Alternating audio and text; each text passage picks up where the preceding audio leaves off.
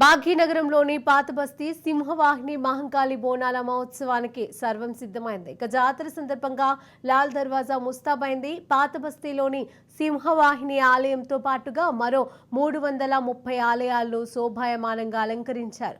July 28వ తేదీ ఆదివారం తెల్లవారుజామున 3 గంటలకు లాల్ దర్వాజా సింహవాహిని అమ్మవారికి జల్లెడ కడువ నిర్వహించనున్నారు. ఇక తెల్లవారుజామున 4 గంటలకు బలిహారణ, ఉదయం 5:30 దేవి మహా అభిషేకం అనంతరం భక్తులను దర్శనానికి అనుమతిస్తారు. కాగా లాల్ దర్వాజా సింహవాహిని ఆలయంలో డిప్యూటీ సీఎం మల్లు భట్టి విక్రమార్క, శాలిబండ అక్కన్న మాదన్న ఆలయంలో మంత్రి దుద్దిల శ్రీధర్ బాబు, చార్మినార్ భాగ్యలక్ష్మి ఆలయంలో మంత్రి కోమటిరెడ్డి వెంకటరెడ్డి పట్టు వస్త్రాలను సమర్పిస్తారు.